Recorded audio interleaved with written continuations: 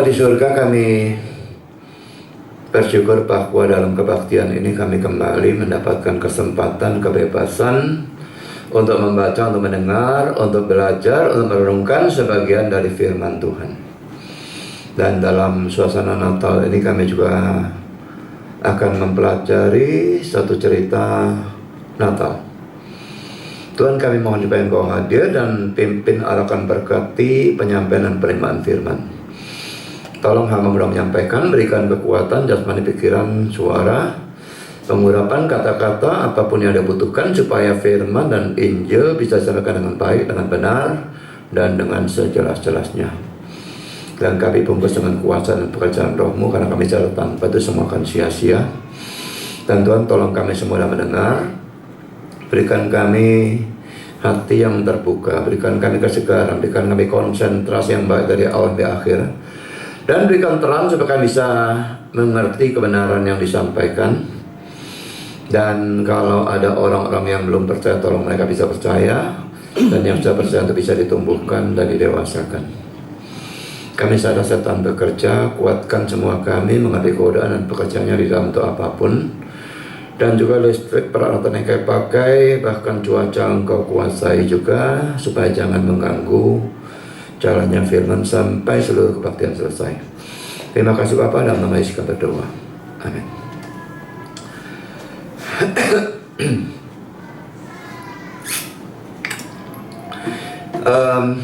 Injil yang menggelikan, dan ayat yang saya ambil adalah Lukas pasal 2 ayat 1 sampai dengan ayat yang ke-20. Pada waktu itu Kaisar Agustus mengeluarkan suatu perintah menyuruh mendaftarkan semua orang di seluruh dunia. Inilah pendaftaran yang pertama kali diadakan sewaktu Quirinius menjadi wali negeri di Syria. Maka pergilah semua orang mendaftarkan diri masing-masing di kotanya sendiri. Demikian juga Yusuf pergi ke kota Nazaret di Galilea, ke Yudea, ke kota Daud yang bernama Bethlehem, karena ia berasal dari keluarga dan keturunan Daud, supaya didaftarkan bersama-sama dengan Maria tunangannya yang sedang mengandung. Ketika mereka di situ, tibalah waktunya bagi Maria untuk bersalin, dan ia melahirkan seorang anak laki-laki, anaknya yang sulung.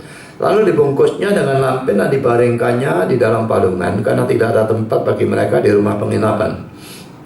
Di daerah itu ada gembala-gembala yang tinggal di padang menjaga kawanan ternak mereka pada waktu malam. Tiba-tiba berdirilah seorang malaikat Tuhan di dekat mereka, dan kemuliaan Tuhan bersinar meliputi mereka, dan mereka sangat ketakutan. Lalu kata malaikat itu kepada mereka, "Jangan takut, sebab sesungguhnya aku memberitakan kepadamu kesukaan besar untuk seluruh bangsa. Hari ini telah lahir bagimu juru selamat, yaitu Kristus Tuhan di kota Daud. Dan inilah tandanya bagimu, kamu akan menjumpai seorang bayi dibungkus dengan lampin dan terbaring di dalam palungan." Dan tiba-tiba nampaklah bersama-sama dengan malaikat itu sejumlah besar bala tentara sorga yang memuji Allah, katanya, "Kemuliaan bagi Allah di tempat yang maha tinggi, dan damai sejahtera di bumi di antara manusia yang berkenan kepadanya."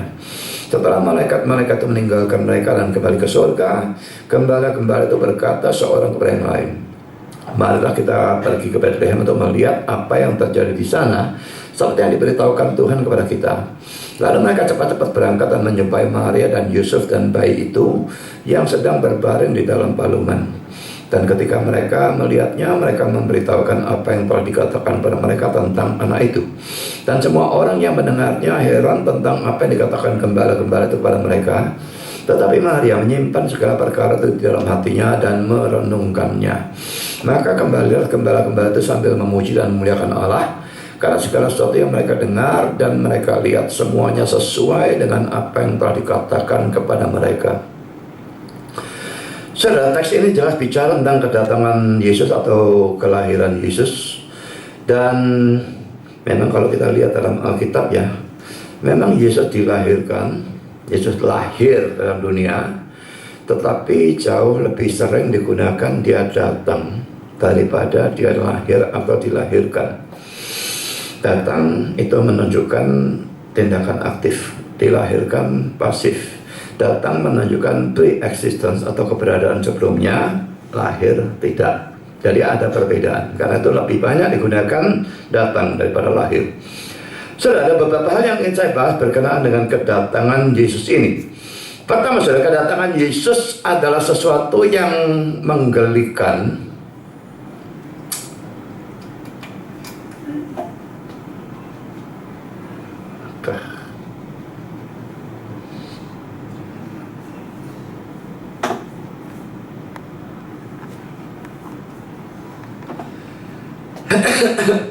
Apanya yang menggelikan, saudara? Ayat 7 mengatakan palungan. Saudara, itu menunjukkan bahwa Yesus dilahirkan di suatu tempat untuk hewan. Memang seringkali dikatakan kandang, tetapi pada saat itu hewan tidak harus ditaruh di kandang, bisa juga ditaruh di sebuah gua.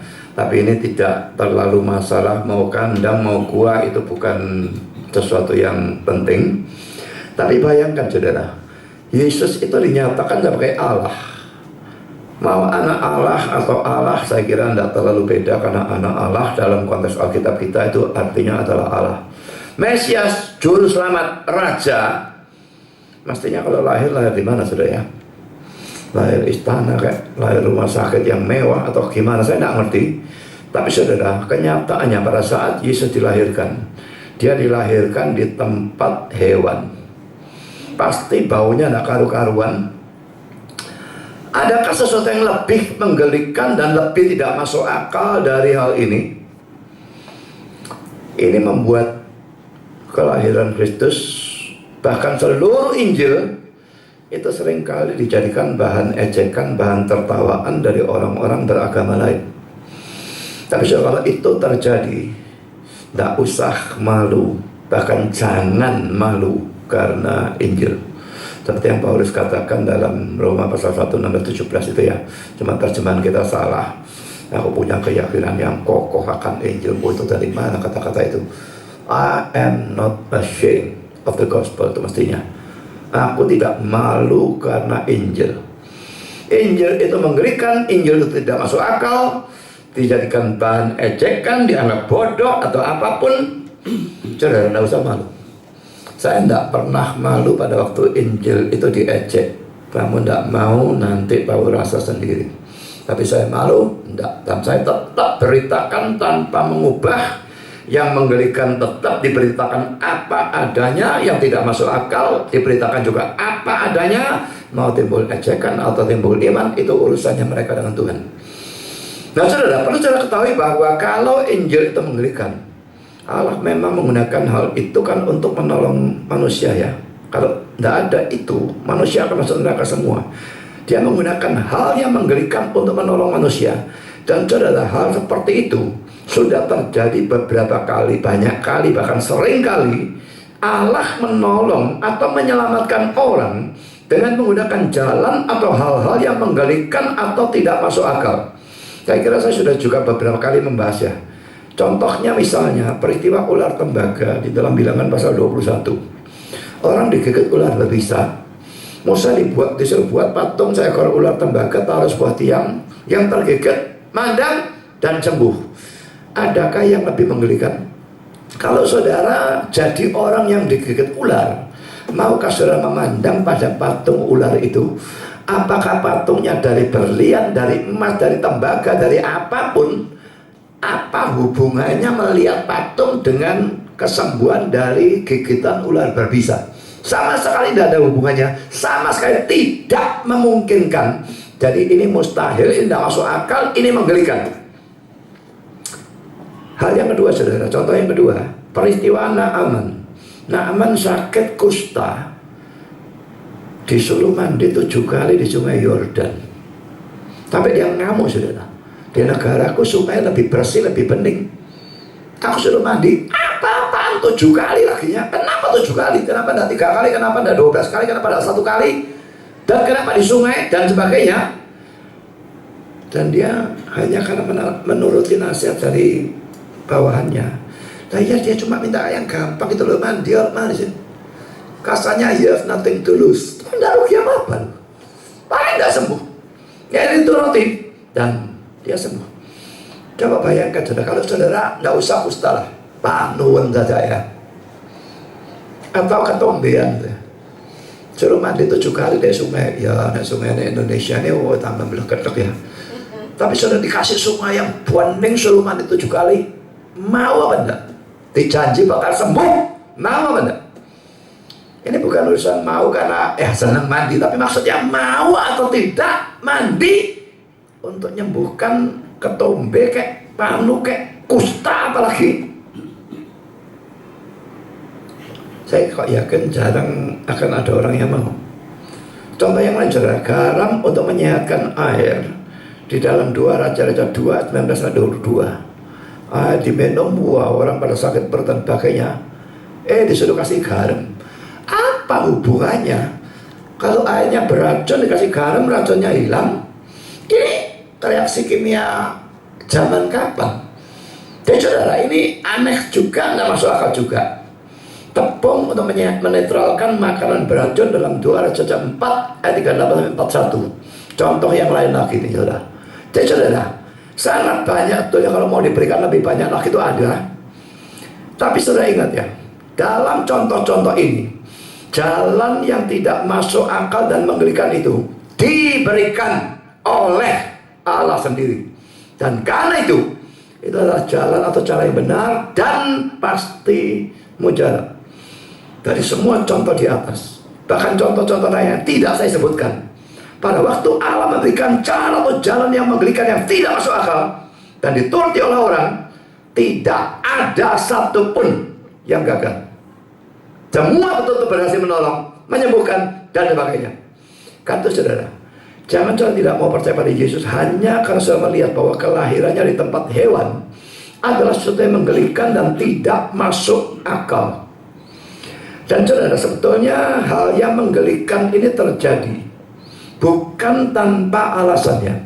Ada alasannya mengapa Yesus kok dilahirkan secara hina, bukan hanya dalam keluarga miskin, tetapi juga di tempat yang sangat tidak sesuai rasanya. Saudara perhatikan kata-kata Calvin dalam tafsirannya tentang ayat yang ke-7, di mana dia berkata demikian. Pada saat ia, yaitu Yesus ya, dilemparkan ke dalam sebuah kandang dan diletakkan dalam sebuah palungan, dan penginapan menolak menerimanya di antara manusia.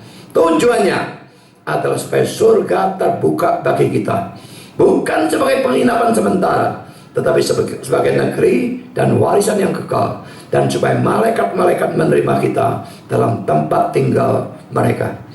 Saudara, ini alasannya. Dan memang Yesus mengalami itu kan untuk menggantikan kita ya, sehingga akhirnya kita nanti mengalami kebalikannya, karena apa yang seharusnya kita alami, dia alami, sehingga lalu terbalik untuk yang percaya, lalu mendapatkan sesuatu yang menjadi miliknya Kristus.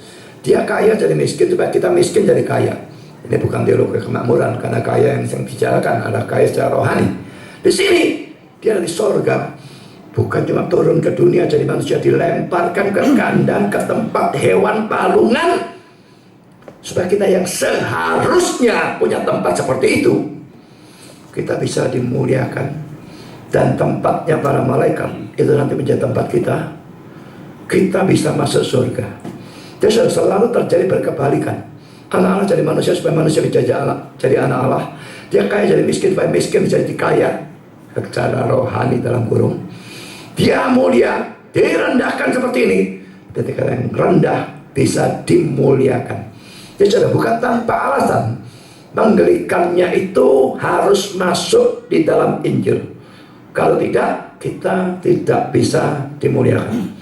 Karena yang kedua saudara, kedatangan Yesus itu adalah untuk saudara.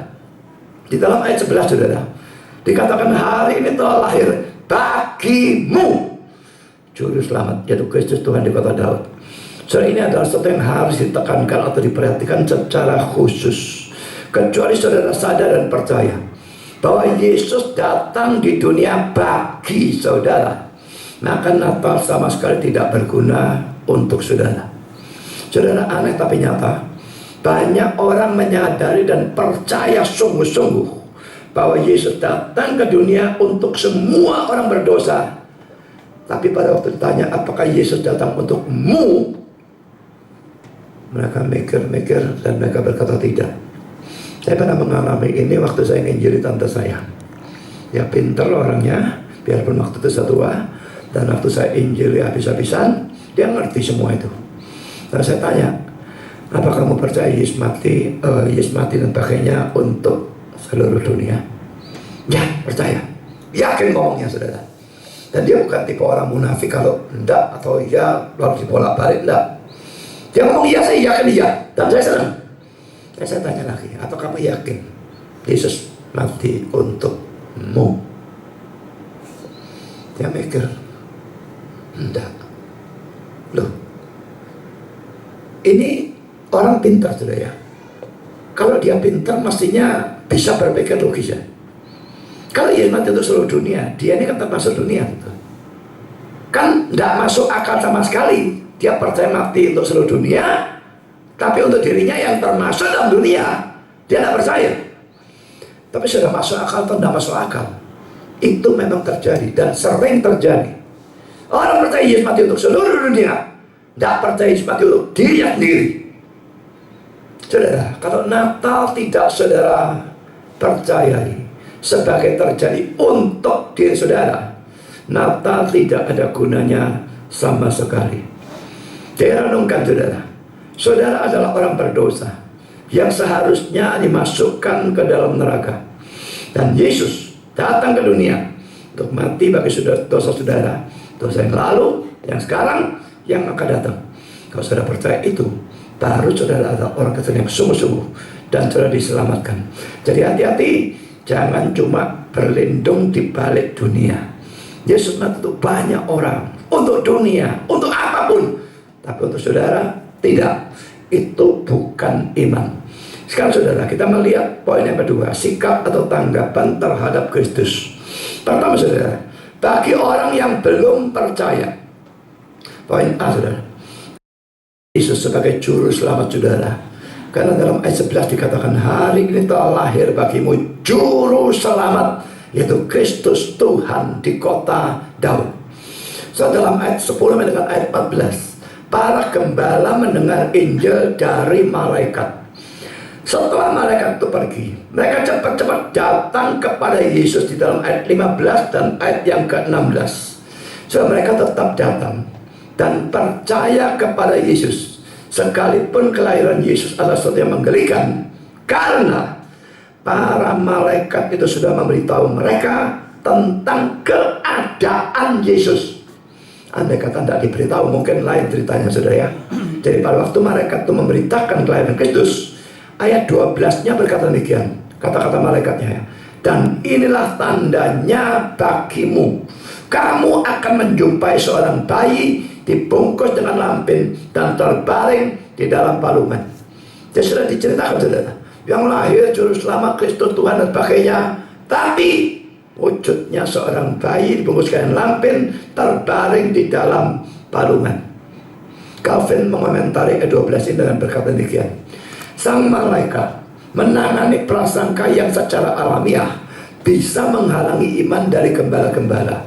Karena olok-olok apa itu, bahwa ia yang telah Allah utus sebagai raja dan satu-satunya juru selamat terlihat berbaring dalam sebuah palungan, supaya keadaan yang hina atau rendah dan menjijikan dalam anak Kristus ada tidak menghalangi gembala-gembala dari percaya pada Kristus. Sang malaikat memberitahu mereka sebelumnya apa yang akan mereka lihat.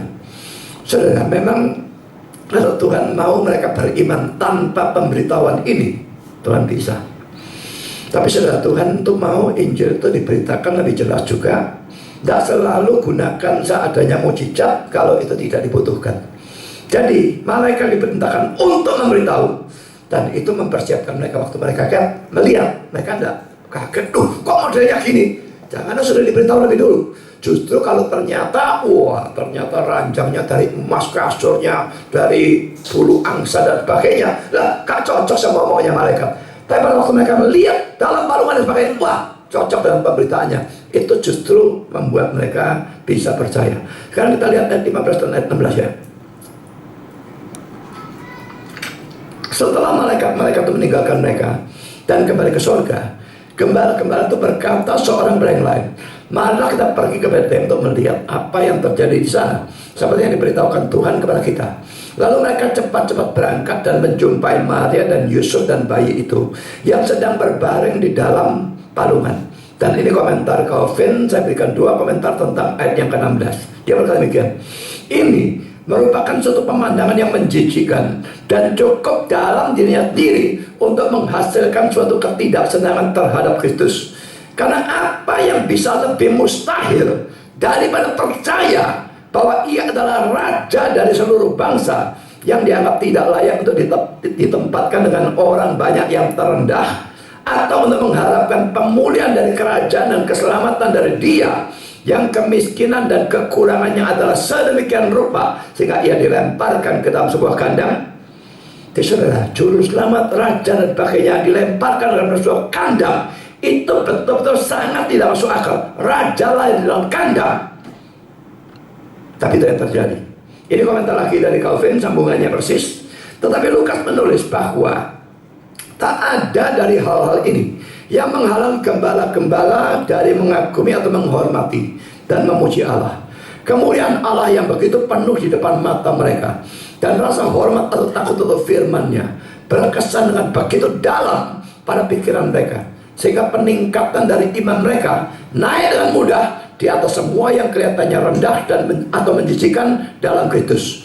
Dan satu-satunya alasan mengapa iman kita atau lambat berkembang, atau diarahkan atau didorong dari jalan yang benar oleh halangan-halangan yang remeh, adalah bahwa kita tidak cukup memandang dengan tetap atau setia kepada Allah dan dengan mudah diombang-ambingkan.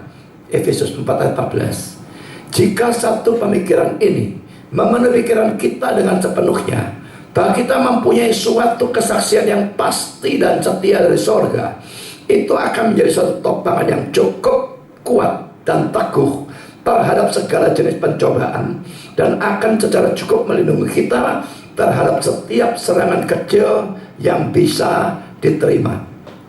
Ya saudara, para gembala ini sudah mendengar, dan firman itu memberikan kesan yang begitu dalam, sehingga sekalipun menjijikan, mereka tahu firman-Nya memang seperti itu. Itu membuat mereka itu percaya. Nah, kalau kita sekarang bagaimana? Jadi kita diperbandingkan dengan gembala ini, saudara. Kalau kita seandainya iman kita itu atau lambat berkembang atau diarahkan melenceng dari jalan yang benar hanya karena halangan-halangan yang remeh, itu adalah karena kita tidak cukup memandang dengan setia kepada Allah, sehingga kita diombang-ambingkan oleh segala macam angin pengajaran. Andai kata saja kita matanya terus diarahkan kepada Tuhan dan firman-Nya, maka kita akan seperti gembala ini, tidak akan dibelokkan imannya dan sebagainya oleh hal-hal yang kecil. Saudara, kalau saudara misalnya membaca Matius 6 ayat 33, carilah dahulu kerajaan Allah dan kebenarannya, maka semuanya akan ditambahkan kepadamu. Saudara, lalu sebagai orang Kristen ternyata hidupnya kekurangan. Nah, ini kayaknya kan kayak halangan gitu ya. Tuhan ngomong tok, aku kasih cukupi kok. Itu halaman yang kecil saja membuat kita tidak percaya kepada Tuhan, membuat iman kita sudah belok tidak karu-karuan. Pada waktu kita mendapatkan Roma 8 ayat 28, Allah turut bekerja dalam segala sesuatu untuk mendatangkan kebaikan dan bahaya. Tapi saudara mengalami sesuatu yang begitu buruk, dan saudara tidak bisa bagaimanapun melihat ada kebaikan apapun bisa muncul dari hal yang buruk ini. Nah, kan saudara, Tuhan ngomong tak baik opo nih, gak ada sing baik. Tapi saudara, bahwa sesuatu yang luar biasa buruk menghasilkan kebaikan, itu pasti berlaku. Atau kalau saudara itu anak Tuhan, atau kalau saudara itu orang pilihan. Kalau saudara non pilihan, memang tidak berlaku. Seperti kemarin, saya sangat terkesan kesaksiannya Roy ya. Selama ini saya kira dia belum pernah kasih sharing itu yang seperti begitu gitu ya. Ya tahu sedikit-sedikit tapi persisnya yang dia merenungkan dan sebagainya saya tidak tahu.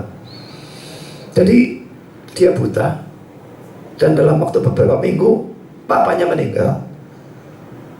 Dia buta mengharapkan orang tua ini mencari duit untuk bisa mengobati, ternyata yang diharapkan mati sekali. Dan dia di depan peti mati dia merenungkan, kok bisa dia tahu merenungkan hidup yang akan datang dan sebagainya. Kok bisa satu dia tidak ngamuk kepada Tuhan? Tuhan kau tuh maunya apa? Aku sudah engkau buat buta, bapakku engkau bunuh. Nek ngamuk masa ngomong engkau ambil, masa ngomong engkau panggil pulang, engkau bunuh. Mau jadi apa? Mestinya, logikanya dia marah. Tapi yang terjadi dia merenungkan, dan dia justru datang kepada Tuhan, kepada Kristus. Dan hari itu juga dia merasakan damai dan sukacita di tengah-tengah penderitaan yang luar biasa. Berarti seandainya kebutaan dan kematian ayahnya itu tidak terjadi, secara logika dia tidak merenungkan, dia mungkin tidak bertobat sampai sekarang. Berarti bencana yang luar biasa itu membawa kebaikan bagi dia, bahkan kebaikan yang luar biasa juga. Saudara, mungkin siapapun dari kita tidak pernah mengalami bencana seperti yang Roy alami. Sudah buta, dalam waktu beberapa minggu papanya mati. Kalau Roy dengan bencana seperti itu ternyata bisa, Allah itu memang memberikan kebaikan melalui bencana itu. Mengapa problem-problem kita, bencana-bencana yang kita alami, apapun yang tidak enak, penderitaan atau apapun yang jauh lebih kecil dari apa yang dia alami, kita sudah membuat kita ngamuk pada Tuhan. Kita tidak percaya pada dia, bersungut-sungut, meninggalkan dia, lari ke dalam dosa, dan sebagainya, dan sebagainya. Saya coba pikirkan hal itu. Jawabannya kalau menurut kata-kata Calvin tadi cuma satu. Karena mata saudara kurang diarahkan kepada Tuhan dan kepada firman-Nya, sehingga saudara diombang-ambingkan oleh rupa-rupa angin pengajaran. Saudara, dia mengutip memberikan ayat itu cuma referensinya Efesus 4 ayat 14 ya. Tapi saya bacakan mulai ayat 11 ya. Dan ialah Tuhan ya, yang memberikan baik rasul-rasul maupun nabi-nabi, baik pemberita-pemberita Injil maupun gembala-gembala dan pengajar-pengajar, untuk memperlengkapi orang-orang kudus sebagai pekerjaan pelayanan bagi pembangunan tubuh Kristus, sampai kita semua telah mencapai kesatuan iman dan pengetahuan yang benar tentang anak Allah, kedewasaan penuh dan tingkat pertumbuhan yang sesuai dengan kepenuhan Kristus, sehingga kita bukan lagi anak-anak yang diombang-ambingkan oleh rupa-rupa angin pengajaran, oleh permainan palsu manusia dalam kelicikan mereka yang menyesatkan.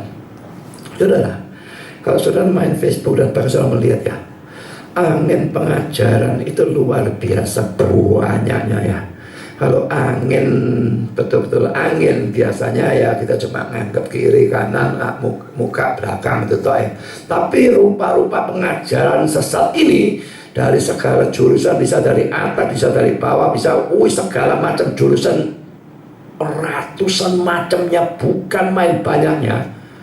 Semua itu tidak akan merugikan saudara, menyimpangkan jalan saudara, kalau saja saudara belajar firman dengan baik, dengan sungguh-sungguh, dengan serius, memprioritaskan firman Tuhan, dan betul-betul dengan hati yang tulus mencari firman Tuhan. Cuma repotnya, saya jarang menjumpai orang Kristen, bahkan hamba Tuhan, yang secara tulus dan serius cari kebenaran. Yang banyak membenarkan dirinya sendiri, punya sikap sok pinter, debat sudah kalah, puceng ngotot habis-habisan. Itu bukan tipe orang yang mencari kebenaran. Debat sudah tahu sana kalah, dirinya kalah, dan sana punya argumentasi berdasarkan Alkitab yang dia tidak bisa bantah. tetap ngotot saja. Saudara, apa orang seperti itu cari kebenaran? Kita mestinya mau menerima pandangan yang berlawanan. Kalau memang kelihatan jelas pandangan itu didasari oleh Alkitab yang ditafsirkan secara benar, ketundukan pada kebenaran yang seperti itu membuat kita maju. Tapi saudara, mayoritas orang bahkan hamba Tuhan tidak seperti itu. Boleh percaya omongan saya, boleh tidak, saya sukanya saudara. Tapi itu pengamatan saya. Saya melihat terlalu banyak yang model seperti itu. Bukan orang Kristen biasa, tetapi bahkan hamba Tuhan. Nah saudara, kalau saudara belajar mengerti firman Tuhan dan saudara memang arahkan mata saudara ke sana, nah ini sukarnya saudara ya. Percaya firman, tidak peduli sikonnya ini bagaimana.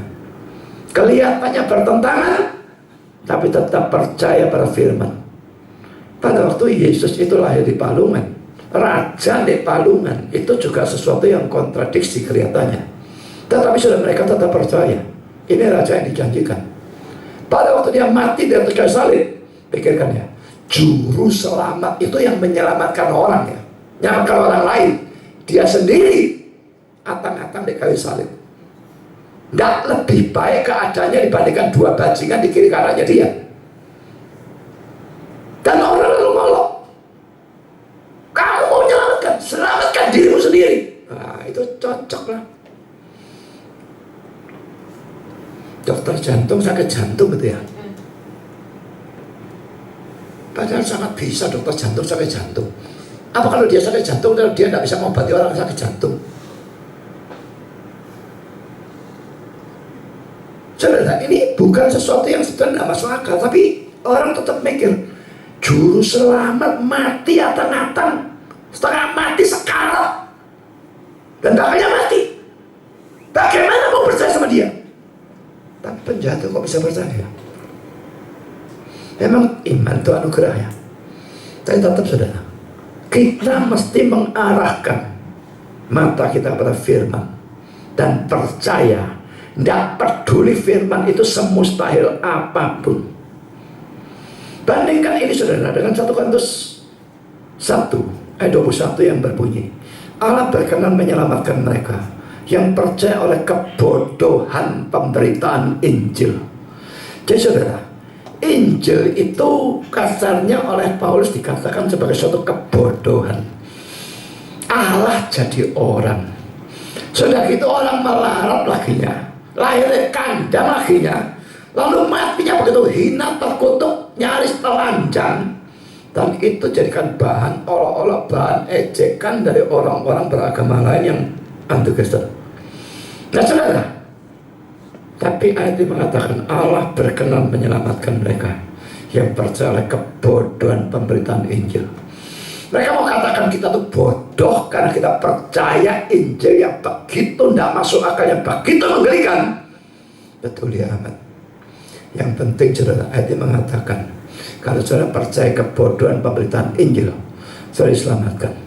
Mereka yang merasa dirinya pintar sehingga gengsi, aku pintar percaya Injil yang bodoh menggelikan model seperti itu, justru mereka akan dibinasakan. Saudara, para gembala ini melihat kemustahilan, tapi mereka percaya pada firman, dan karena itu mereka percaya kepada Kristus. Dan sikap para gembala ini berbeda dengan sikap dua golongan. Pertama, Herodes dalam Matius pasal 2, dia mendengar tentang Yesus, dia menyelidiki lebih banyak tentang Yesus, tapi semua itu tidak mengubah dia. Dia tidak mau datang pada Yesus, dia bahkan ingin membunuh Yesus. Dan golongan kedua, para imam-imam dan sebagainya, tokoh-tokoh agama, mereka ngerti banyak tentang Yesus, hafal kitabnya Nabi Mika dan sebagainya, mereka tahu tempatnya lahir dan sebagainya, mereka bahkan bisa mengajarkan kepada orang lain. Tapi mereka sendiri tidak pernah ikut orang-orang Majus yang menanyakan hal itu, dan mereka cuma mengajarkan, ngomongkan terhadap Kristusnya, mereka cuek sama sekali. Saudara, tirulah sikap dari para gembala ini. Terima Yesus sebagai juru selamat saudara. Sekarang ada banyak orang menekankan Yesus sebagai dokter, penyembuh penyakit, pembuat mujizat, penolong, pemberi berkat. pemberi kekayaan teladan. Wah, Yesus pakai teladan kan bagus sih.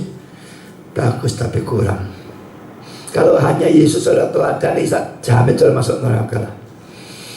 Yang terpenting nomor satu di atas segala-galanya, menerima dia sebagai juru selamat.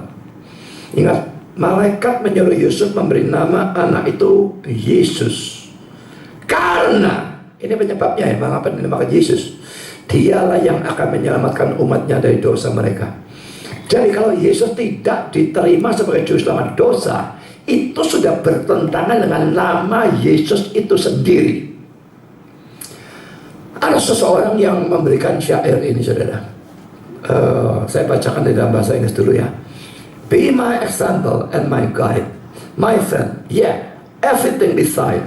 But first, last, best, whatever betide, be thou to me, my Savior. Jadilah teladanku dan pembimbingku, temanku, ya, segala sesuatu yang lain. Tetapi pertama, terakhir, terbaik. Apapun yang terjadi, jadilah engkau bagiku juru selamatku. Saudara, bagus sebut dia sebagai teladan, sebagai pembimbing, sebagai teman, Yesus sobat yang setia dan sebagainya. Tapi saudara, pertama, terakhir, terbaik. Apapun yang terjadi, dia mesti juru selamatku. Kalau itu tidak ada, mau dia jadi teladan, mau dia jadi pembimbing, mau dia jadi sobat yang setia, apa saja, dokter, tidak peduli apa saja, pelaku mujizat, pemberi kekayaan, saudara, semua sebutan-sebutan itu tidak ada artinya selama saudara tidak menjadikan Yesus juru selamat saudara. Sekarang poin B, saudara. Terimalah Yesus sebagai Tuhan. Kita lihat ayat 11, hari ini telah lahir bagimu juru selamat, yaitu Kristus, Tuhan di kota Daud. Saudara, laki-laki orang beragama lain banyak menggunakan Roma pasal 14 ayat 9 kalau tidak salah ya. Setelah bangkit dia tuh dijadikan Tuhan gitu ya. Memang kata-katanya pakai menjadikan Tuhan. Dan saya selalu bilang, tidak ada yang bilang non Tuhan jadi Tuhan. Tidak ada yang bisa membuat non Allah jadi Allah. Jadi mereka mau gunakan kata Tuhan itu sebagai artinya tuh Allah, itu kan membingungkan ya. Karena Allah selalu kalau mereka bicara dengan kita, mereka terjemahkan Tuhan. Saudara, Yesus itu siapa yang percaya dia itu non Tuhan lalu jadi Tuhan? Mereka menuduh kita menuhankan manusia. Kita tidak percaya manusia jadi Tuhan. Saya selalu bilang, Allah pun tidak bisa mengubah non-Tuhan jadi Tuhan. Allah pun tidak bisa mengubah non-Allah menjadi Allah. Karena kalau non-Allah atau non-Tuhan, tidak kekal ya. Bagaimana yang tidak kekal dijadikan kekal? Dia itu ada saat awalnya. Itu kalau non-Tuhan atau non-Allah. Tahu-tahu harus ada dari selama-lamanya sampai selama-lamanya. Allah pun tidak bisa buat seperti itu kok. Dan omong kosong kalau waktu kebangkitan dia baru dijadikan Tuhan. Di sini saat kelahiran, saudara. Dan malaikat memberitakan, hari ini telah lahir bagimu juru selamat, yaitu Kristus, Tuhan di kota Daud. Jadi pada saat kelahirannya dia sudah diproklamirkan sebagai Tuhan. Lalu ada apa waktu kebangkitannya dijadikan Tuhan? Jadi sudah Tuhan. Jadi sudah sesuatu yang sangat tidak masuk akal. Dan saudara, kalau tadi sudah saya tekankan terima Yesus sebagai juru selamat, sekarang saya tekankan terima Yesus sebagai Tuhan. Tidak bisa hanya terima Yesus sebagai juru selamat, tapi tidak sebagai Tuhan. Orang-orang yang hyper grace atau apapun istilahnya, kalau dilihat dengan arti yang benar, saya kira dari beberapa, saya kira artinya banyak ya, tapi arti yang benar menurut saya di dalam kalau cari di Google ya, maka orang-orang seperti itu menganggap karena begitu beriman maka dosanya habis, semua dosa diampuni dan pakainya diselamatkan hanya oleh kasih karunia, maka mereka tidak perlu taat. So kalau tidak perlu taat berarti Yesus tidak diterima sebagai Tuhan. hanya sebagai juru selamat, tidak sebagai Tuhan. Saudara, orang-orang seperti ini biasanya bisa bersuka cita.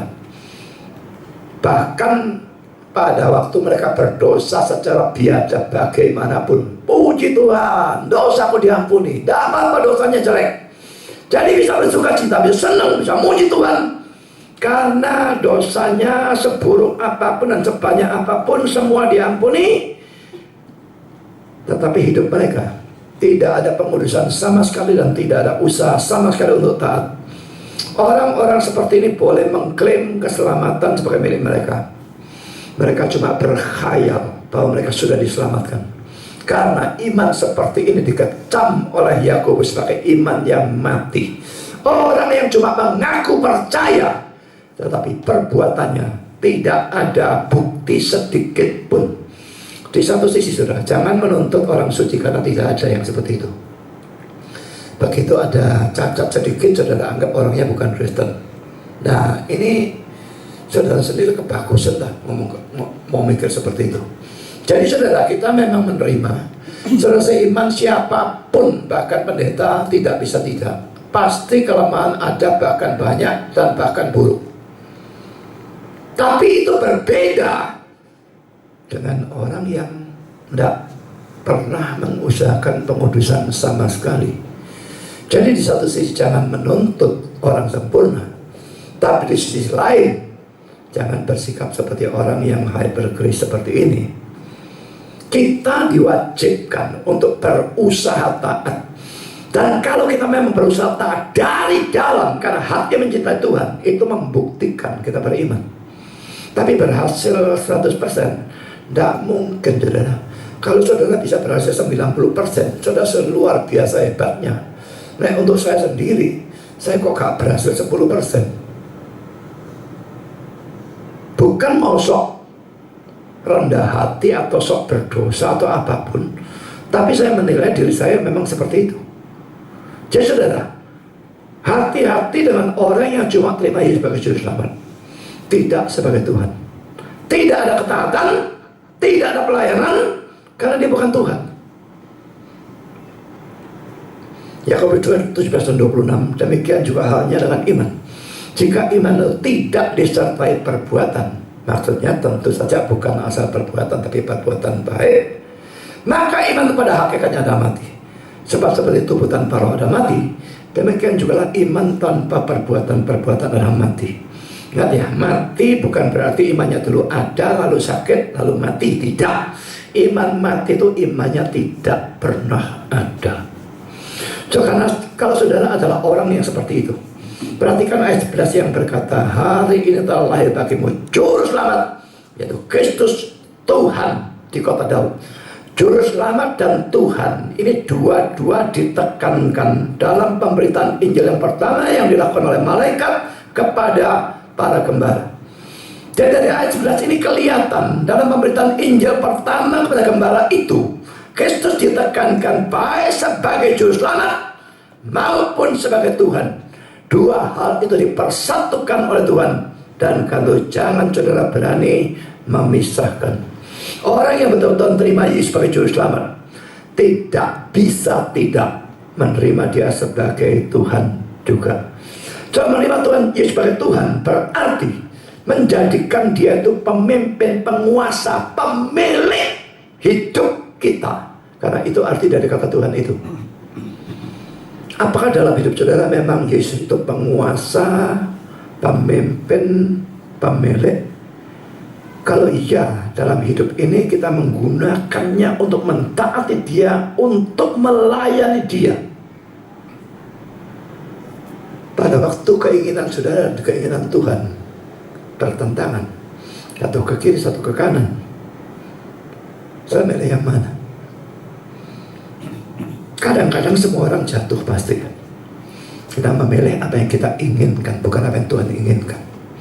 Tapi kalau terus-terusan tanpa kecuali terus milih keinginannya sendiri, ini bukan menerima dia sebagai Tuhan. Diri kita yang jadi Tuhan. Saya bandingkan dengan ayat ini ya. Matius 7:21, bukan setiap orang yang berseru kepadaku Tuhan, Tuhan akan masuk dalam kerajaan surga, melainkan dia melakukan kehendak Bapa di surga. Nabi-nabi palsu cuma, wah Tuhannya banyak saudara. Khotbahnya penuh dengan kata Tuhan, kayak dia hormat sama Tuhan. Tapi dia tidak punya ketaatan dan orang seperti dikecam habis-habisan. Lukas 6:46 mirip. Mengapa kamu berseru kepada Tuhan, Tuhan, padahal kamu tidak melakukan apa yang aku katakan? Saya nyebut Yesus Tuhan, berarti kita hamba. Taat itu mutlak mestinya, tidak peduli apapun. 2 Timotius 2:19b, setiap orang yang menyebut nama Tuhan hendaklah meninggalkan kejahatan. Jadi kalau sebut Tuhan, Yesus itu Tuhan, maka ketaatan itu harus ada. Saya tidak mengatakan taat sempurna, saya ulang lagi. Tapi kalau tidak ada belas, itu bukan iman. Jadi saudara, kalau saudara belum percaya, terima dia sebagai juru selamat, terima dia juga sebagai Tuhan. Dan lakukan cepat sebelum terlambat. Karena poin yang kedua, bagi orang yang sudah percaya, kalau sudah percaya, pertama, bersukacitalah. Natal ini saat untuk bersukacita sebetulnya ya. Ayat 10 dan ayat 11. Lalu kata malaikat kepada mereka, jangan takut, sebab sesungguhnya aku memberitakan kepadamu kesukaan besar untuk seluruh bangsa. Hari ini telah lahir bagimu juru selamat, itu Kristus Tuhan di kota Daud. Ayat 10-nya mengatakan kelahiran Yesus suatu kesukaan besar, great joy.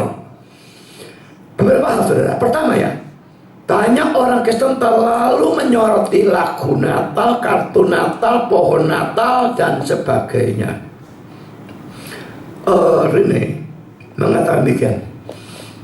Pohon Natal telah mengambil tempat di altar dalam terlalu banyak dari perayaan Natal modern kita.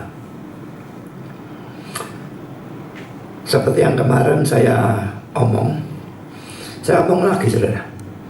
Berita tentang pohon Natal untuk pertama kalinya masuk istana. Saya terima WA lebih dari satu saudara. Mas saya tidak mau nyampaikan. Saya pikir apa bagusnya pohon Natal masuk istana. Memang itu menunjukkan presidennya toleran ya. Tapi kalau dalam hal rohani, kerohanian dari orang-orang di dalam istana, apa bagusnya pohon Natal masuk istana? Apakah pohon Natalnya satu, apakah pohon Natal gede, apakah pohon Natalnya sak kontainer dimasuk ke istana kabeh? Apakah itu membawa keselamatan kepada orang-orang di istana? Itu bahkan tidak memberitakan Injil kepada orang-orang di istana. Pohon Natalnya beritakan Injil apa saudara? Karena sebetulnya pohon Natal sama sekali tidak ada urusannya dengan Natal. Karena saudara, sukacita mereka tergantung pada hal-hal tersebut. Kalau ini memang digede-gedekan, tergantung pada itu. Tidak ada pohon Natal, tidak ada sukacita. Karena kartu Natal itu mungkin memang sudah tidak usum saudara ya. Tidak tahu masih ada apa enggak ya. Sudah tidak usum. Pakai WA, pakai apa jauh lebih banyak variasinya. Orang pakai itu murah, gratis, lagi cepat sampainya, pasti nyampainya dan sebagainya. Tapi saudara, pohon Natalnya mereka tidak bisa gantikan. Lagu Natalnya mereka tidak bisa gantikan. Bahkan Santa Clausnya bagi saya itu terkutuk itu. Kalau pohon Natal saya tidak mutuk. Kalau Santa Clausnya terkutuk, itu dusta, tipu segala macam, omong kosong yang sudah tidak ada hubungannya dengan Natal, dustai orang lagi. Kalau sukacita kita tergantung pada hal tersebut, Natal tidak ada artinya untuk kita. Yang kita soroti bukan pohon atau Santa Claus atau bahkan lagu. Yang kita soroti dan tekankan adalah Yesusnya. Boleh saja tidak ada pohon Natal, tidak ada hiasan Natal, bahkan tidak ada lagu Natal. Tapi kalau sudah merenungkan atau percaya bahwa Natal menunjukkan bahwa Yesus sudah datang, dan dia datang untuk mati menebus dosa, maka saudara bisa bersukacita. Sebaliknya, kebekono rumah saudara dengan pohon Natal, kartu Natal dan sebagainya, lagu Natal 24 jam sehari setel terbuang terno, TV-nya juga setel channel-channel yang ceritakan cerita Natal. Itu tidak ada gunanya sama sekali. Jadi saudara pikirkan ya, dan selalu ingat, camkan hal-hal sekunder yang bahkan sebetulnya tidak ada hubungannya dengan Natal, dengan hal primernya yaitu Yesusnya yang merupakan inti dari Natal. Dan pada waktu Natal ini yang ditekankan, bukan yang di sana. Yang kedua saudara, kalau saudara tidak bisa bersuka cita pada Natal ini, cobalah bayangkan, ini membayangkan, menghayalkan ya, apa yang terjadi andai kata Kristus itu tidak datang, dalam arti tidak pernah datang menjadi manusia. Ini mesti butuh imajinasi ya. Dan dalam suatu buku Saat Teduh saya itu dihayalkan seperti itu, dibayangkan, dan dia analisa kira-kira apa yang terjadi kalau tidak pernah datang. Dan buku Saat Teduh itu menceritakan cerita seperti ini. Seorang pendeta tertidur di ruang kerjanya pada pagi hari Natal, dan dia bermimpi tentang dunia di mana Yesus tidak pernah datang. Dalam mimpinya dia melihat dalam rumahnya, dan dia tidak menjumpai hiasan-hiasan Natal. Dia lalu berjalan-jalan di jalan raya, tetapi tidak ada gereja-gereja. Kalau Natal tidak ada, gereja juga tidak ada, saudara. Tidak mungkin. Dia kembali ke ruang belajarnya, dan dia menjumpai bahwa semua buku-buku tentang juru selamat hilang. Tiba-tiba ada bel, dan seorang utusan memintanya untuk mengunjungi seorang ibu yang sedang sekarat. Dia cepat-cepat pergi ke rumah itu, dan dia berkata pada anak dari ibu yang sedang sekarat itu, "Aku punya sesuatu di sini yang akan menghibur kamu. Buka Alkitabnya." Dia buka Alkitabnya untuk mencari ayat-ayat hiburan yang sudah biasa dia gunakan. Tapi ayat Alkitabnya dia ternyata berhenti pada Maleakhi. Dan di sana tidak ada Injil maupun janji tentang pengharapan dan keselamatan, dan dia hanya bisa menundukkan kepalanya dan menangis bersama dengan anak itu di dalam keputusasaan yang pahit. 2 hari setelah itu dia berdiri sebelah peti mati ibu itu dan memimpin kebaktian penghiburan. Tapi di sana tidak ada berita penghiburan, tidak ada firman tentang kebangkitan yang mulia, tidak ada surga yang terbuka.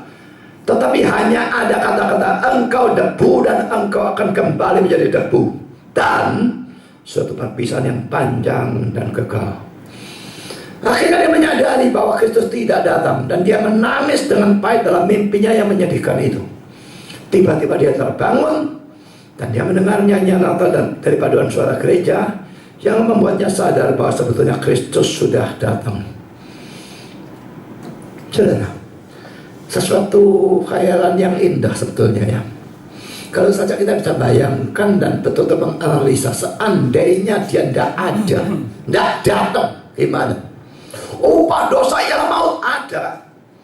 Tapi hidup yang kekal dalam Kristus Yesus, potong buang. Bayangkan saudara, kalau semua kata-kata tentang dosa, tentang hukuman dan sebagainya itu ada semua, tapi pengampunan dalam Kristusnya itu semua dihapuskan semua. Maka kita membaca kitab suci itu, wah sadar dosa pasti ada hukuman dosa, takutnya setengah mati, penderitaannya kita alami dan pakai iya. Tapi jalan keluarnya tidak ada belas. Maka saudara, gereja tanpa Injil, gerejanya tidak ada sih. Agamanya juga belum, mungkin tidak ada. Apa namanya saya tidak ngerti. Pokoknya kalau tidak ada Injilnya, tidak ada Yesusnya yang datang, yang ada hanya gelap gulita tanpa secercah cahaya pun. Tapi itu cuma khayalan kan, cuma andai kata kan. Dalam kenyataannya, dalam faktanya, dia sudah datang. Bahkan dia sudah mati, bangkit, menyediakan satu-satunya jalan keselamatan. Dan kalau saudara apalagi sudah ada di jalan itu, sudah percaya dia, bukankah semua ini harusnya membuat kita bersuka cita pada Natal? Karena dalam faktanya dia sudah datang. Saya tidak tahu apa yang membuat saudara sedih, saya tidak tahu apa yang membuat saudara sumpah, saya tidak tahu penderitaan apa yang sedang saudara alami. Dan saya tidak pedulikan semua itu. Tapi seharusnya satu fakta ini bahwa Yesus sudah datang pada Natal yang pertama, mestinya mengalahkan semua itu, sehingga sudah mestinya tetap bisa bersuka cita pada Natal, bahkan pada hari-hari yang lain manapun. Karena yang ketiga, Calvin berkata tentang ayat yang ke-10, sang malaikat memulai pembicaraannya dengan mengatakan bahwa ia mengumumkan sukacita yang besar, dan selanjutnya menyebutkan dasar atau alasan atau pokok dari sukacita itu, bahwa seorang juru selamat dilahirkan. Kata-kata ini menunjukkan kepada kita bahwa sampai manusia mempunyai damai dengan Allah dan diperdamaikan dengannya melalui kasih karunia Kristus, semua sukacita yang mereka alami adalah bersifat menipu dan hanya untuk jangka waktu yang pendek. Saudara, berita itu sukacita, orang harus bersukacita, great joy dan sebagainya, itu karena kelahiran sang juru selamat itu. Jadi kalau kelahiran itu tidak ada artinya bagi saudara dan sebelum diperdamaikan dengan Allah, maka sukacita itu tidak mungkin ada. Bisa ada sukacita yang semu, sukacita dari dunia. Kalau saudara piknik, jalan-jalan keluar negeri, saudara mungkin senang. Kalau saudara punya pacar, dan pacarnya menyenangkan, saudara mungkin senang. Kalau dapat berkat ini, dapat duit, dapat itu, mungkin saudara senang. Sukacitanya sementara, saudara. Cuma di luar, tidak bisa ada di dalam hati saudara. Bersifat menipu. Tapi sukacita yang sejati tidak mungkin saudara punya. Mau punya, maka datang pada Kristus dulu. Ini kata-kata Calvin selanjutnya. Jika tidak ada tidak ada yang memperdamaikan mereka dengan Allah.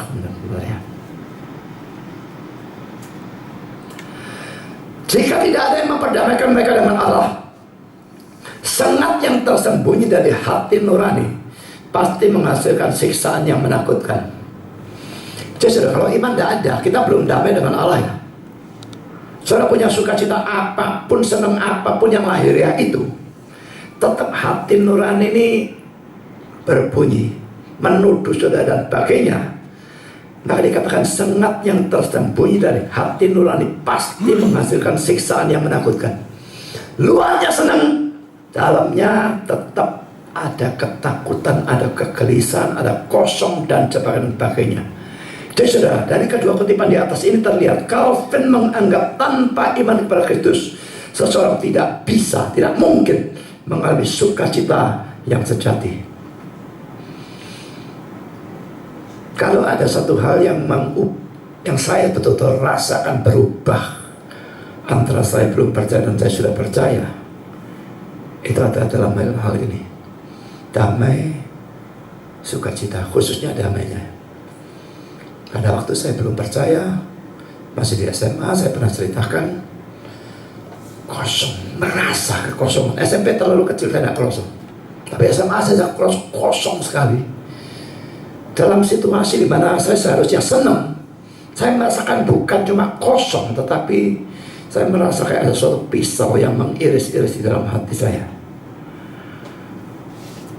Dan pada waktu saya percaya Kristus, baru damai dan sukacita dari Tuhan itu saya alami.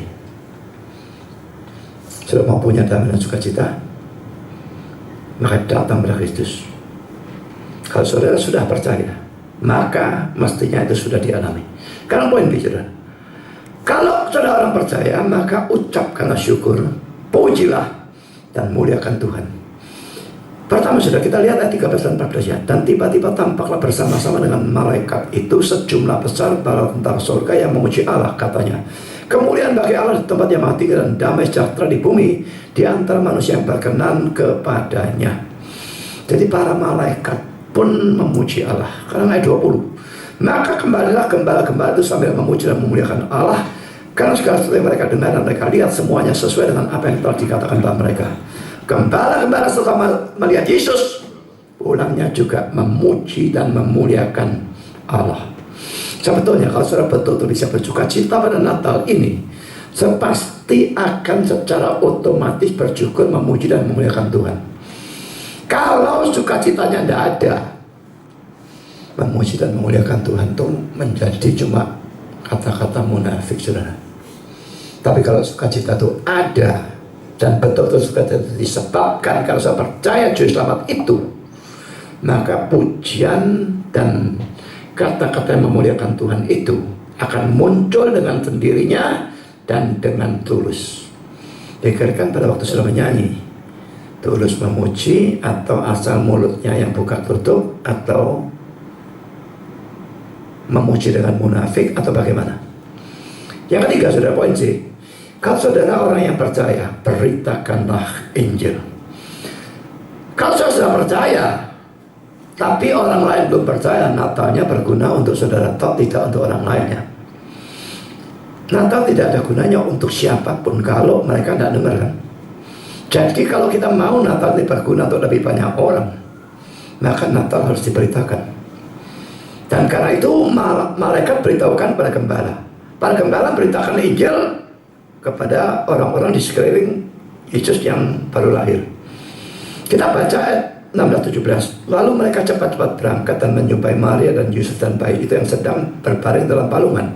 Dan ketika mereka melihatnya, mereka memberitahukan apa yang telah dikatakan pada mereka tentang anak itu. Saya tidak tahu ya, Yusuf dan Maria itu imannya kepada Yesus seberapa banyak. Saya kok yakin mereka pasti beriman, karena malaikat sudah beritakan. Tapi imannya sedalam apa, sekuat apa, saya tidak mengerti.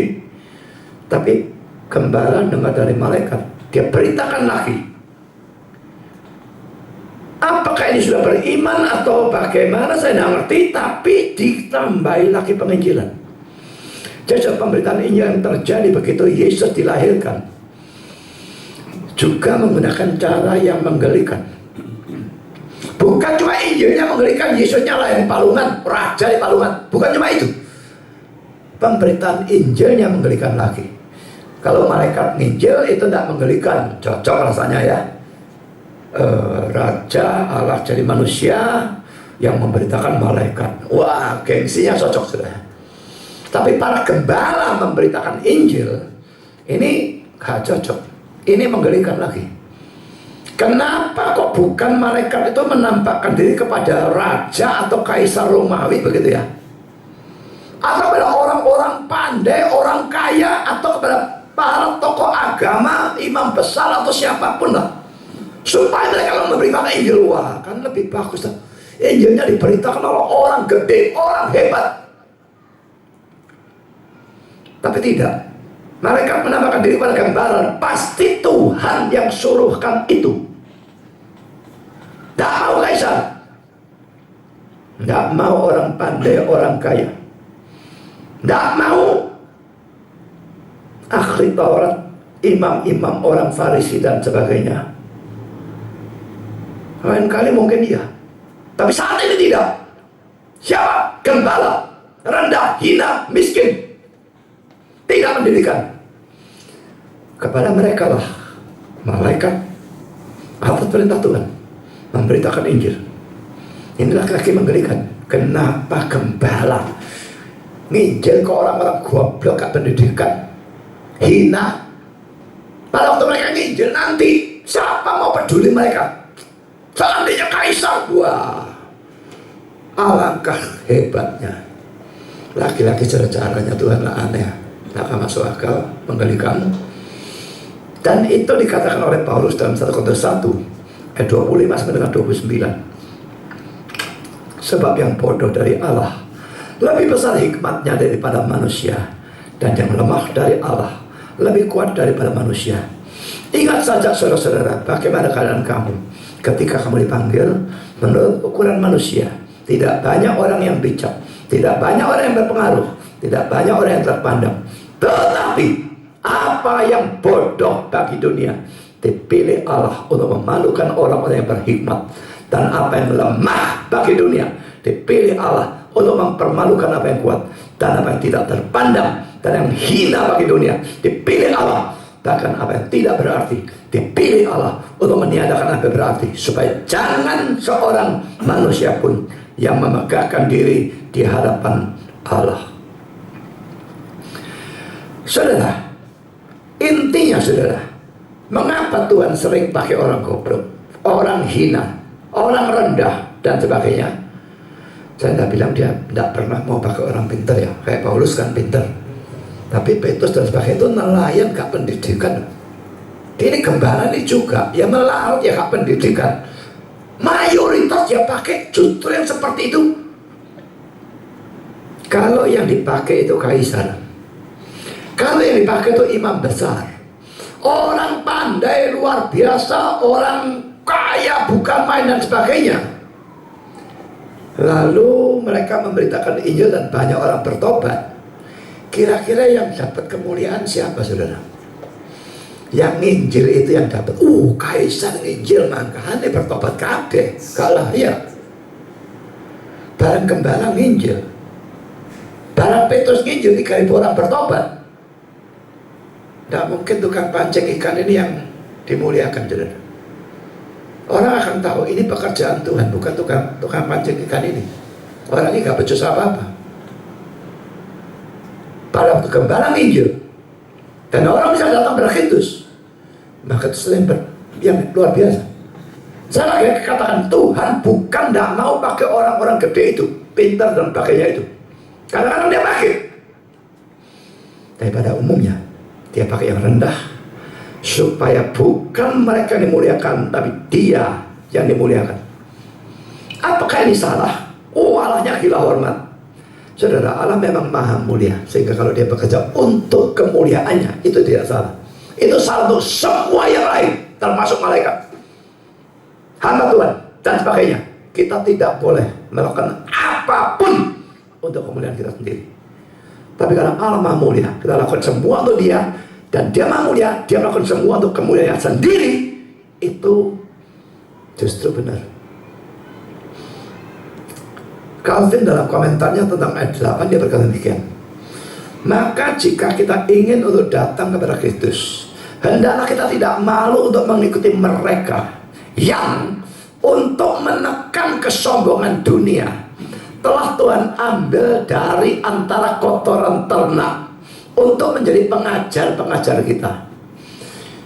Kata-kata Calvin ini luar biasa ya. Cara dia ngomong itu bukan main. Ini salah satu orang pintar yang pakai Tuhan ya. Tuhan tetap bisa gunakan. Dan jangan sampai memuliakan Calvinnya. Pak Tong orang pintar dipakai Tuhan. Cilakanya terlalu banyak orang memuliakan Pak Tongnya, dan itu menjadi sesuatu yang salah jadinya. Andai kata saja Pak Tong itu IQ-nya 60 gitu, dan mempertobatkan jutaan orang, tidak akan orang memuliakan orang setengah idiot ini. Akan muliakan Tuhannya. Tapi karena dia pintar, orang muliakan dianya, bukan Tuhannya. Itu sebabnya Tuhan lebih senang pakai yang sederhana.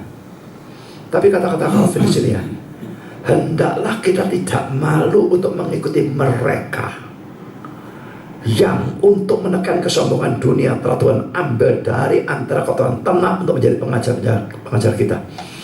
Ini gembala-gembala diambil dari antara kotoran ternak. Kotoran dia pakai kata dung kalau di dalam bahasa Inggrisnya. Kasarnya itu tai. Tainya ternak lakinya. Ini gembala dari kandang, dari kotoran ternak diambil jadi instruktur kita. Nah, karena Tuhan memang sering pakai orang-orang rendahan seperti ini, jangan tidak mau dengar firman dari orang yang bodoh, miskin, tidak pendidikan, dan sebagainya. Tapi saya ingin ingatkan ya, ada orang bodoh yang memang tidak kepingin jadi pintar, sehingga tetap tidak belajar. Kalau dari yang seperti itu yang memang jangan belajar. Tapi beda dengan Petrus dan sebagainya yang sekalipun bodoh, tapi belajar sehingga dalam urusan firman menjadi cukup terpelajar. Urusan bahasa Yunani dia tidak bisa sebagus Paulus. Yohanes maupun Petrus dan Bakhias tukang pancing ini kan bahasa Yunaninya beda, saudara. Tapi tetap mereka belajar dan mereka dipakai Tuhan. Kalau ada orang-orang yang tidak mau belajar, oh Tuhan senang orang bodoh, jadi aku bodoh terus aja lah. Lalu makin mereka benci literatur, makin mereka mendekati para rasul, itu kata-kata Calvin juga, gitu ya. Dianggap seperti itu. Makin benci literatur, makin mirip rasul. Banyak orang seperti itu. Dari orang seperti itu jangan belajar, sudah. Tapi kalau orang itu bodoh, orang itu kelihatan tidak berarti, tapi dia belajar, maulah jadikan orang seperti itu instruktur atau pengajar, saudara. Roy mungkin salah satu contohnya. Dia tidak buta, tidak buta. Dia tidak bodoh, ya.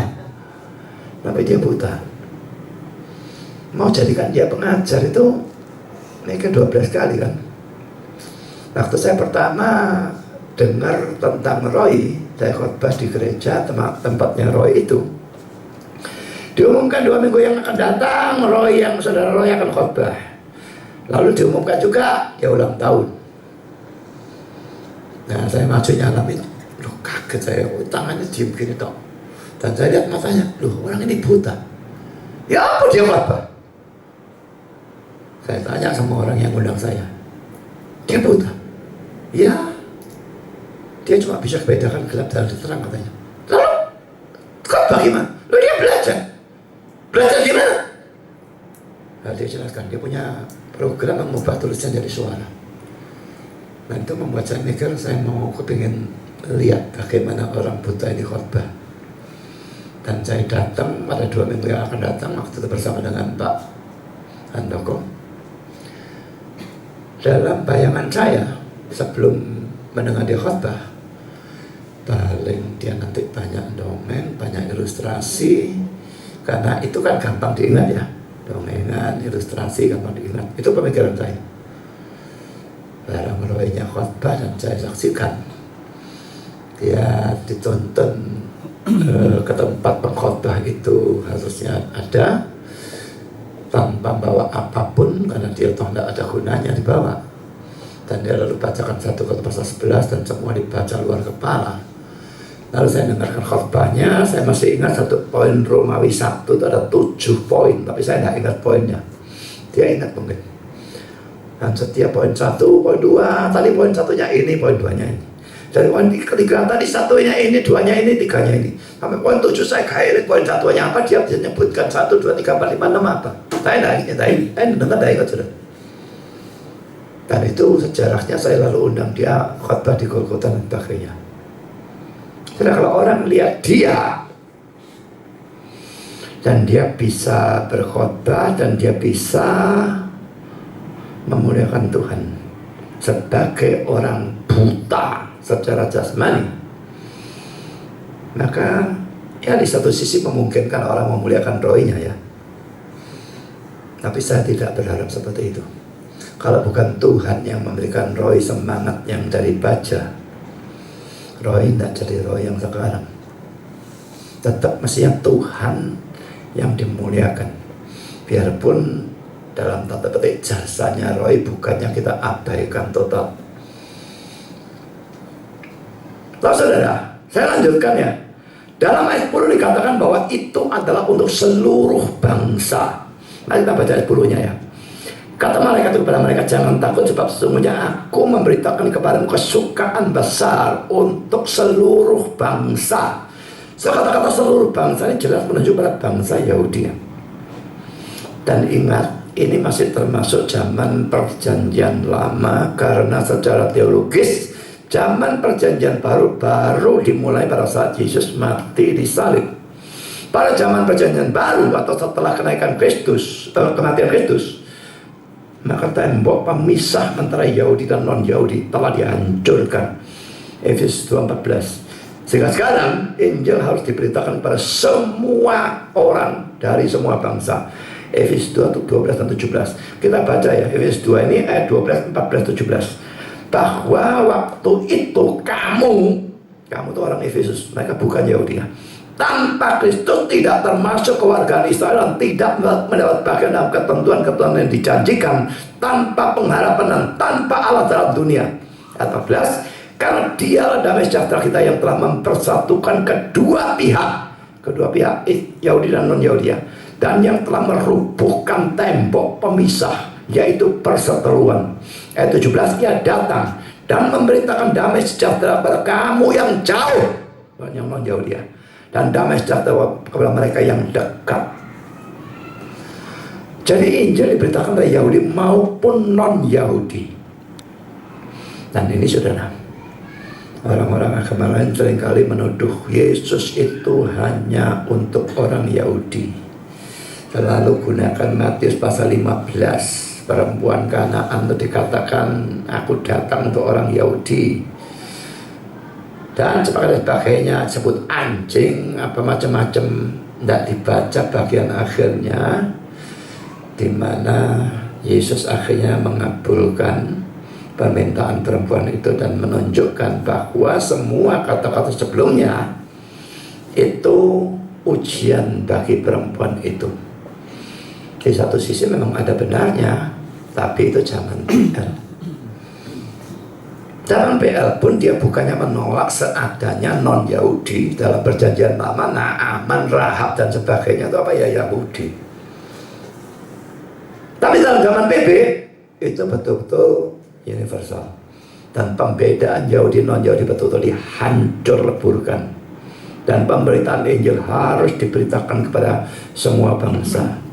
Saya kira tidak usah dibacakan ayat ini, khususnya yang pertama tidak usah, karena begitu terkenal. Matius 28 ayat 19 ya, jadikan semua bangsa muridku. Lukas 24 ayat 46-48, katanya kepada mereka, ada tertulis demikian, Mesias harus menderita dan bangkit dari antara orang mati pada hari yang ketiga, dan lagi dalam namanya berita tentang pertobatan dan pengampunan dosa harus disampaikan kepada segala bangsa mulai dari Yerusalem. Kamu adalah saksi dari semuanya ini. Kisah Rasul 1 ayat 8, saya kira saudara juga semua pada tahu.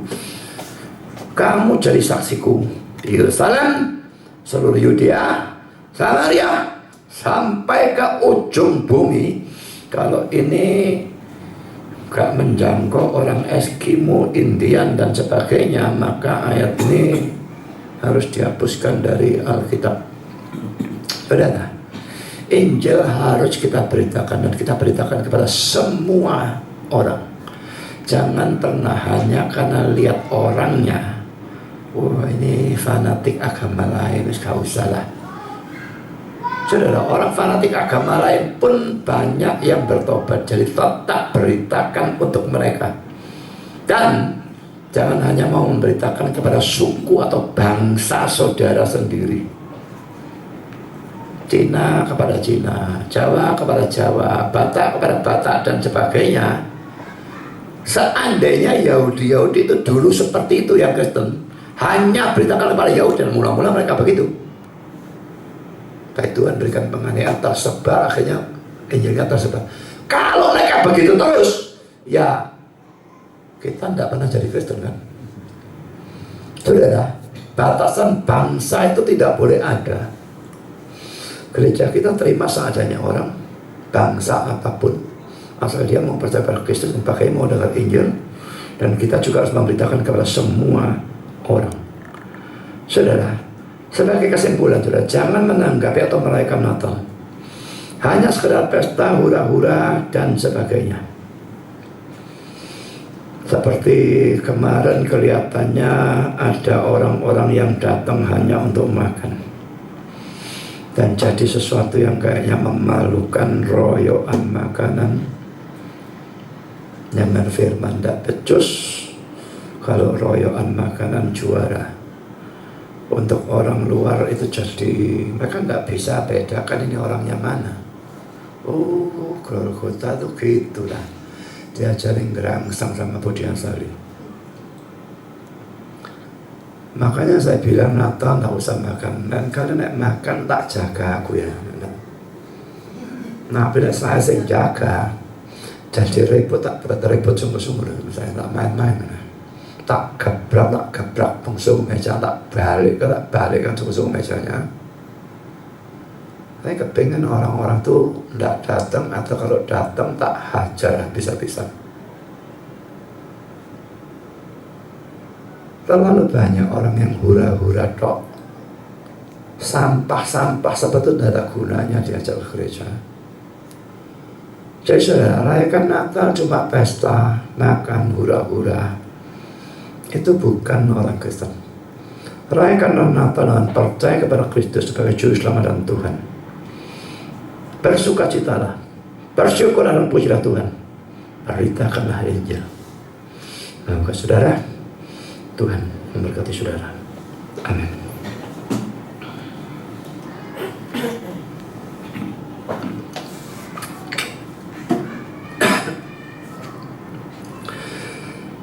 Bapa di surga, kami bersyukur bahwa kami sudah boleh mendengar firman. Kalau ada orang-orang yang belum percaya, kami berdoa supaya mereka bisa percaya dengan benar dan diselamatkan. Untuk yang sudah percaya, biarlah bukan hanya kami bersuka cita, memuji Tuhan dan sebagainya,